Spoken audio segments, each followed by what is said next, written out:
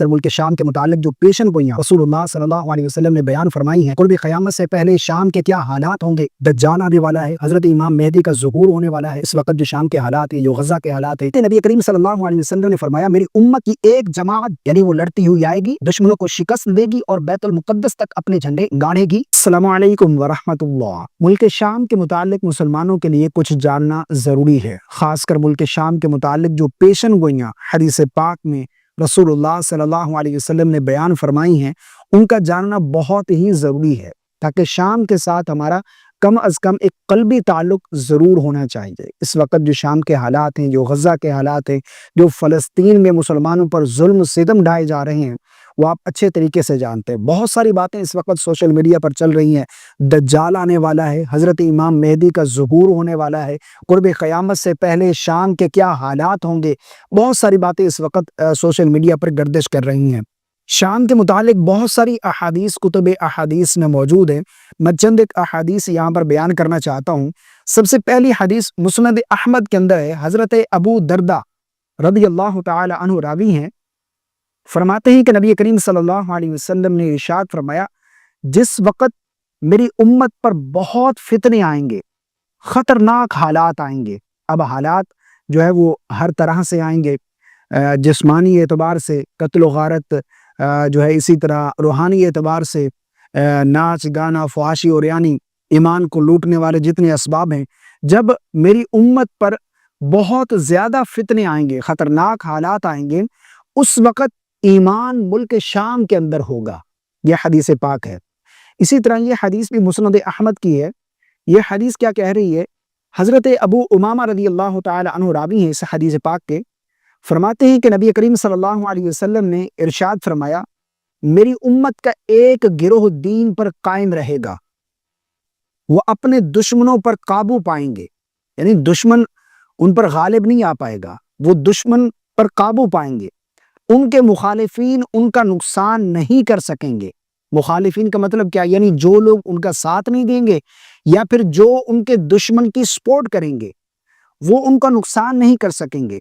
ہاں کچھ سختیاں ان پر آئیں گی، معاشی تنگیاں ان پر آئیں گی۔ یہ نبی کریم صلی اللہ علیہ وسلم نے فرمایا کہ وہ دشمن پر قابو پائیں گے، کچھ سختیاں ان پر آئیں گی، کچھ تنگیاں ان پر آئیں گی۔ ان حالات سے انہیں گزرنا تو پڑے گا، لیکن دشمن ان کے سامنے جھکا ہوا ہوگا یہاں تک کہ اللہ کا فیصلہ آ جائے گا۔ تو اس وقت صحابہ کرام جو بیٹھے ہوئے تھے، انہوں نے ہاتھ جوڑ کر عرض کی یا رسول اللہ صلی اللہ علیہ وسلم یہ لوگ کہاں ہوں گے؟ تو آقا کریم علیہ الصلوۃ والسلام نے ارشاد فرمایا کہ یہ بیت المقدس میں اور اس کے اطراف میں ہوں گے، یعنی بیت المقدس اور اس کے اطراف میں جو علاقے ہیں یہ یہاں پر ہوں گے۔ اسی طرح المعجم الاوسط کے اندر ہے، حضرت ابو ہریرہ رضی اللہ تعالی عنہ راوی ہیں، فرماتے نبی کریم صلی اللہ علیہ وسلم نے فرمایا میری امت کی ایک جماعت دمشق اور دمشق کے اطراف میں، اسی طرح بیت المقدس اور بیت المقدس کے اطراف میں، دمشق اور اس کے اطراف میں اور بیت المقدس اور اس کے اطراف میں دشمنوں سے لڑے گی، دشمنوں سے لڑے گی۔ اب آگے سنیے کیا فرمایا نبی کریم صلی اللہ علیہ وسلم نے ارشاد فرمایا کہ کسی کا ان کی مدد نہ کرنا، یعنی اس جماعت کی مدد نہ کرنا انہیں نقصان نہیں پہنچائے گا، اس جماعت کو کوئی نقصان نہیں پہنچائے گا۔ آج ہم کہتے ہیں کہ مسلمان حکمران جو ہے یہ فلسطین میں جو مظلوم مسلمان ہیں ان کی مدد کیوں نہیں کرتے، جو کچھ غزہ میں ہو رہا ہے ان کی مدد کیوں نہیں کر رہے، ان کی سپورٹ کیوں نہیں کر رہے۔ ان کی مدد نہ کرنا انہیں کوئی نقصان نہیں پہنچائے گا۔ جو فلسطین کے اندر مسلمان ہیں انہیں کوئی نقصان نہیں پہنچائے گا، ان کی مدد نہ کرنا انہیں خود نقصان ہے، ٹھیک ہے نا؟ ان کی مدد نہ کرنا انہیں کوئی نقصان نہیں پہنچائے گا، ان کی ایمان میں کوئی خرابی نہیں آئے گی، یہ اپنی خیر منائیں۔ فرمایا کہ مدد نہ کرنا انہیں نقصان نہیں پہنچائے گا، وہ غالب رہیں گے یہاں تک کہ قیامت آ جائے گی۔ ترمذی کتاب الفتن کے اندر ایک حدیث پاک موجود ہے، نبی اکرم صلی اللہ علیہ وسلم نے ارشاد فرمایا خراسان سے ایک جماعت سیاہ جھنڈے لے کر نکلے گی، خراسان سے ایک جماعت سیاہ جھنڈے لے کر نکلے گی اور وہ اس جماعت کی قیادت میں دشمنوں کو شکست دیں گے، یعنی ایک جماعت خراسان سے نکلے گی سیاہ جھنڈے لے کر اور وہ دشمنوں کو شکست دیں گے یہاں تک کہ وہ اپنے جھنڈے بیت المقدس تک پہنچائیں گے۔ یعنی وہ لڑتی ہوئی آئے گی، دشمنوں کو شکست دے گی اور بیت المقدس تک اپنے جھنڈے گاڑے گی، جو خراسان سے ایک جماعت سیاہ جھنڈے لے کر نکلے گی۔ فرمایا کہ وہ دشمنوں کو شکست دے کر بیت المقدس تک اپنے جھنڈے گاڑے گی۔ امام طبرانی المعجم الکبیر میں بڑی زبردست روایت نقل کرتے ہیں، نبی کریم صلی اللہ علیہ وسلم نے ارشاد فرمایا، اس امت کی ابتدا نبوت اور رحمت سے ہوئی، اس امت کی ابتدا نبوت اور رحمت سے ہوئی، پھر خلافت اور رحمت آئی، پھر بادشاہت اور رحمت آئی، لیکن آخر میں کیا فرمایا؟ اس حدیث کے آخر میں فرمایا، پھر ایک دوسرے کو کاٹیں گے جس طرح گدھے ایک دوسرے کو کاٹتے ہیں۔ یہ حدیث پاک ہے۔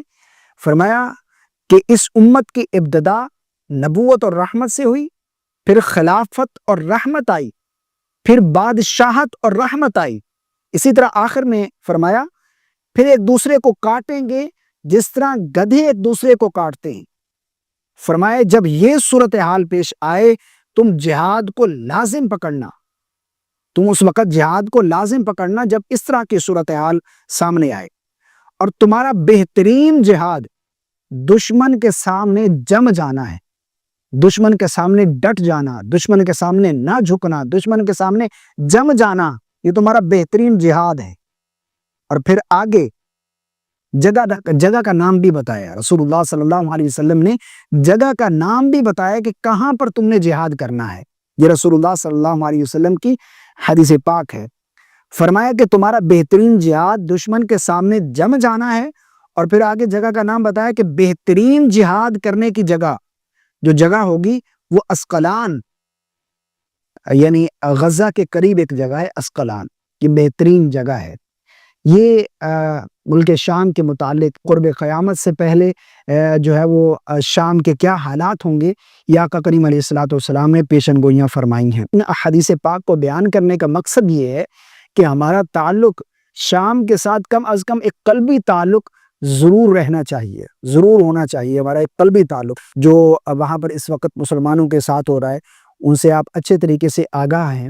اور اسی طرح جو ہے وہ جو فلسطین کے اندر مسلمانوں پر ظلم و ستم ڈھائے جا رہے ہیں اور جو مسلمانوں کی طرف سے رد عمل ہے وہ بھی آپ کے سامنے ہے، تو آقا کریم علیہ الصلوۃ والسلام نے ملک شام کی بہت زیادہ فضیلت بیان فرمائی ہے۔ اور یاد رکھیے گا ملک شام جو آج کا ملک ہے یہ نہیں، اس کے علاوہ بھی بہت ساری جو ہے وہ جگہ شام کے اندر آتی ہے، تو یہ ملک شام کی فضیلت حدیث پاک میں نبی کریم صلی اللہ علیہ وسلم نے بیان فرمائی ہے۔